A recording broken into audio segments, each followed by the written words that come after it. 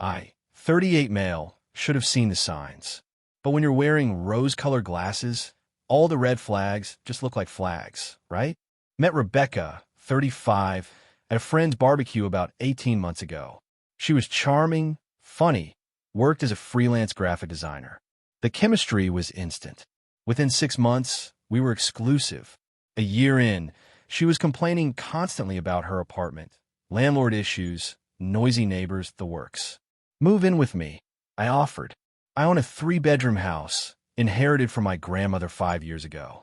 Paid off, renovated, my sanctuary. Rebecca's eyes lit up. Really? Oh my God, yes. The move happened 2 weeks ago. She brought everything, furniture I didn't need, boxes of artistic supplies. Even her cat, despite me mentioning I'm allergic. But love makes you stupid, so I popped Benadryl and helped her unpack. First week was great. Playing house, cooking together, christening every room, if you know what I mean. Then Sunday morning, I wake up and she's sitting at the kitchen table, looking serious. We need to talk. Those 4 words. Never good. I think I need some space, she said. I literally laughed. Space? You just moved in. Your boxes aren't even fully unpacked. I know, but living together is intense. I'm feeling suffocated. I need to figure out what I want. Suffocated? It's been 7 days, Rebecca. Don't make this harder than it needs to be. I'm going to stay with my friend Cassidy for a while. Just to think. I stared at her. So you're moving out? After I rearranged my entire house for you. Not moving out. Just taking a break. I'll leave my stuff here. This is still my home base. Home base. Like my house was a storage facility with benefits. How long is a while? I asked. I don't know. Few weeks? Month? I need to not have pressure or timelines. She packed a bag and left that afternoon. Kissed me on the cheek like she was going to work, not abandoning the relationship she'd begged to escalate. That evening, my buddy Kevin came over for beer and video games. I told him what happened. Bro, he said, check her socials. I did. Her Instagram story from 3 hours after she left. Champagne glasses clinking with some dude's hand visible. Caption, new beginning sparkles. The detective work took 5 minutes. The hand belonged to Nathaniel, her client, who'd been commenting fire emojis on all her posts for months. The client she'd had multiple urgent project meetings with. So that's what needing space meant. She wanted to test drive Nathaniel while keeping her stuff and backup plan safely stored at my place. I sat there, looking at her boxes everywhere, her furniture mixed with mine, her cat glaring at me from her cat tree. Take all the space you need, I told her when she left. Time to make that literal. Update 1. Monday morning, I took a personal day. First stop, U-Haul to rent their largest truck. Second stop, public storage, where I rented a 10 by 15 unit, climate-controlled. I'm not a monster. Month-to-month lease in her name. Used the info from the lease agreement she'd signed for my place. Back at my house, I started packing. Everything. Her clothes, her art supplies, her furniture, her organic tea collection, her bathroom products, even her pretentious coffee maker that required special filters. I took photos of everything for documentation, packed it carefully, labeled each box. The cat was trickier. Called her friend Cassidy. Hey, it's James. Rebecca left her cat here, but I'm severely allergic. Can you pick up Mr. Whiskers? She left the cat? She said you were cool with watching him. Yeah, no. I need him gone today, or I'm taking him to a no-kill shelter. Cassidy showed up in an hour, irritated. This is really inconvenient. So, is abandoning your pet at your ex's house. By evening, everything was moved. The storage unit was packed efficiently. I even left a path to walk through. Dropped the key and rental agreement in an envelope at Cassidy's apartment building. Wouldn't give me the unit number, but I knew the building. Tuesday morning, got a text from Rebecca. Where's my stuff? Me, in storage. Unit 247 at public storage on Riverside. Keys at Cassidy's. My phone immediately exploded. WTF is wrong with you? You had no right. That's my property. I'm calling the police. Me. You said you needed space. I gave you space. A whole 150 square feet of it. This isn't funny, James. Me. Neither is moving into someone's house as a storage solution while you date other people. Radio silence for an hour. Then, I wasn't dating anyone. I need my things back in the house now. Me, no. You moved out. Your words were staying with Cassidy. People who move out take their belongings. I said temporarily. Me. And I temporarily stored your items. First month's paid. After that, it's $200 per month. You're being childish. Me. I'm being practical. You wanted space from the relationship, but not from the free storage. Doesn't work that way. Update 2. Wednesday. She showed up at my door with Nathaniel. Yeah, she brought the side piece to my house. Open up, James. We need to talk. I talked through my Ring doorbell. No thanks. Got nothing to discuss. Nathaniel stepped forward, puffing his chest.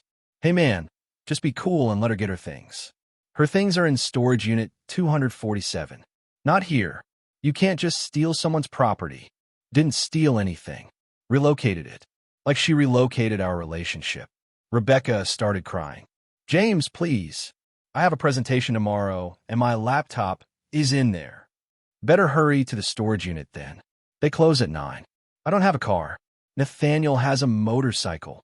Uber exists, so do rental cars.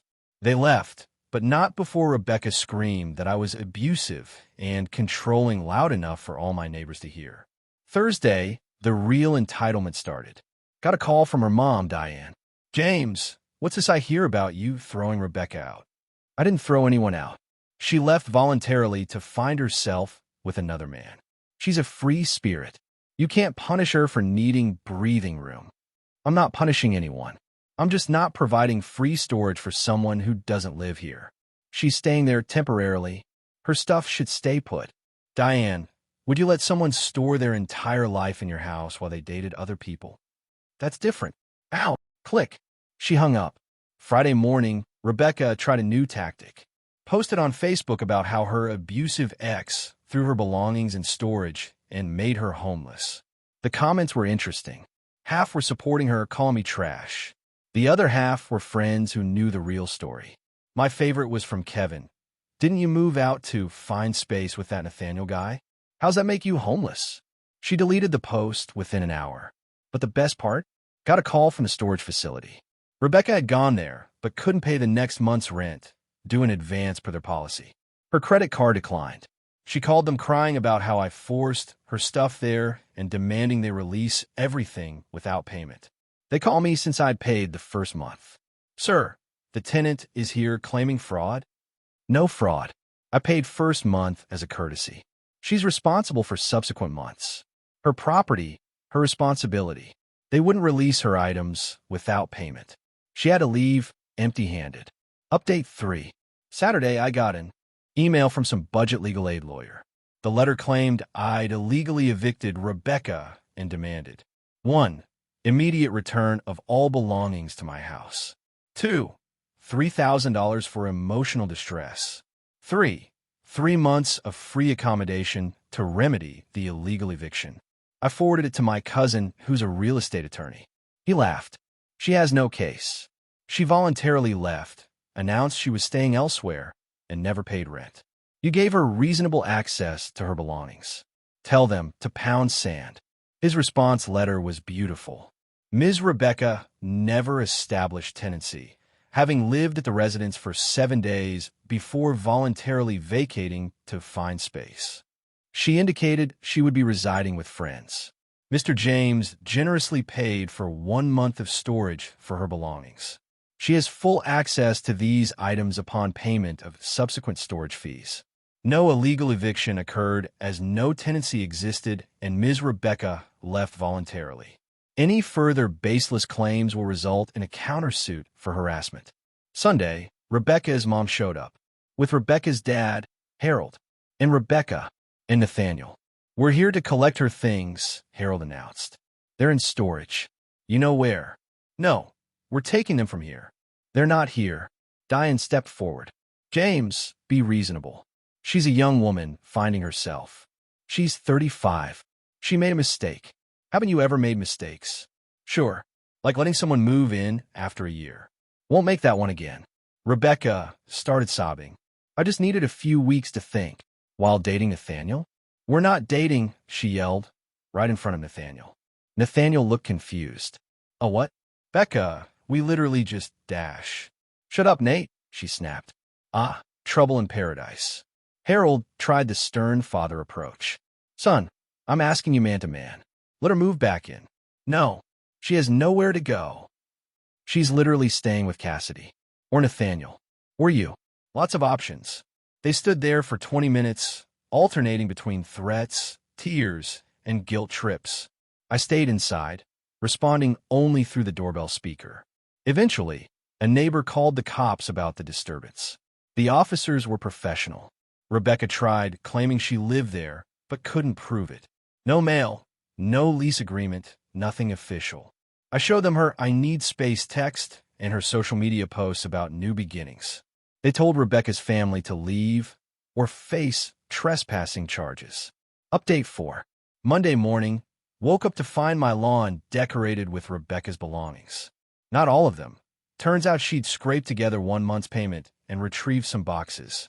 Then dumped them on my lawn at 3 a.m. My security cameras caught everything. Her and Nathaniel, throwing her clothes across my yard, tossing papers everywhere. They even set up her easel with a painting that said asshole in red paint. I called the police. Vandalism and trespassing charges filed. Then I carefully collected everything, photographed it all, and took it back to the storage unit. Added a lock of my own, legal, since I was now paying for it, and informed the facility about the vandalism incident.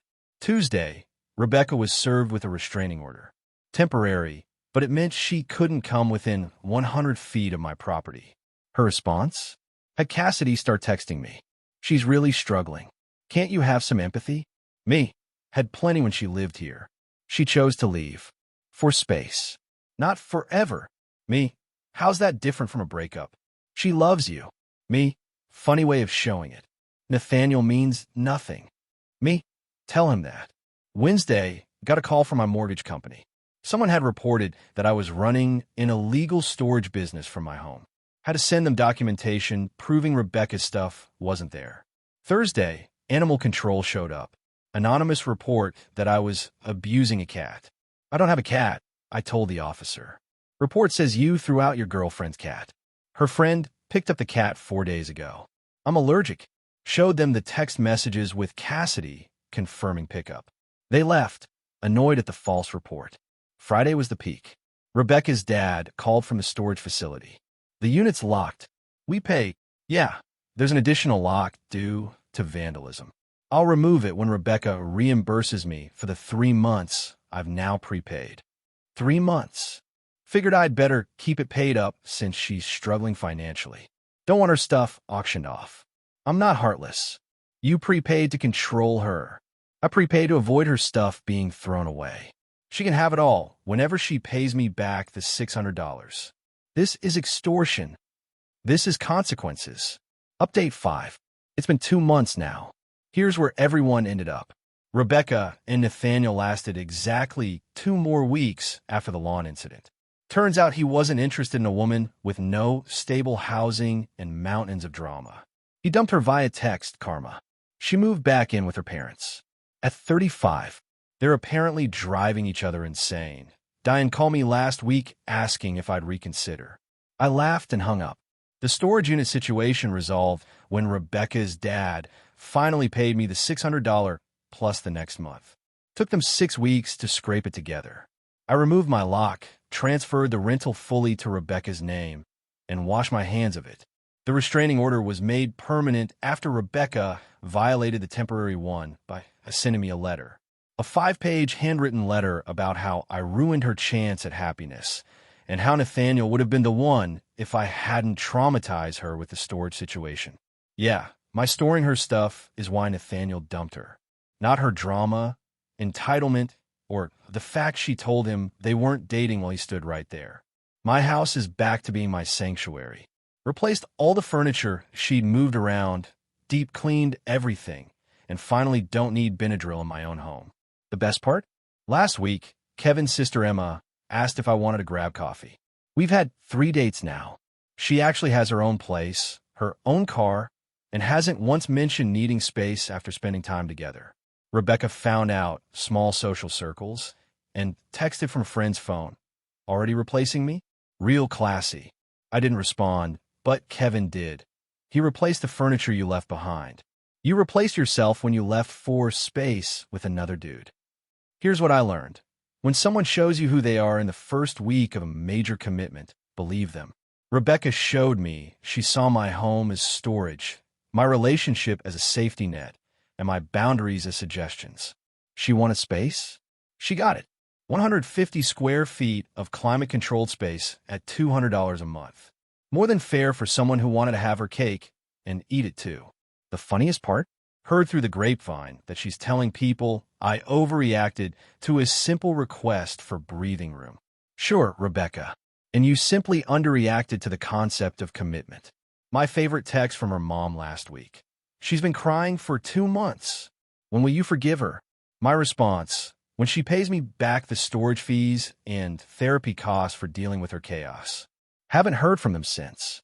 For anyone dealing with similar entitlement, document everything. Don't let people use you as a safety net while they explore other options. And when someone says they need space right after moving into your life, take them. Literally. Give them all the space, just not in your home. Peace out, Reddit. Time to prep for date number 4 with Emma. She's cooking dinner at her place. You know, the place she pays for herself. Novel concept. Edit. Since I'm asked, yes, Mr. Whiskers the cat is fine. Cassidy kept him. Turns out Rebecca hadn't been taking proper care of him anyway. He's healthier and happier now. Even the cat upgraded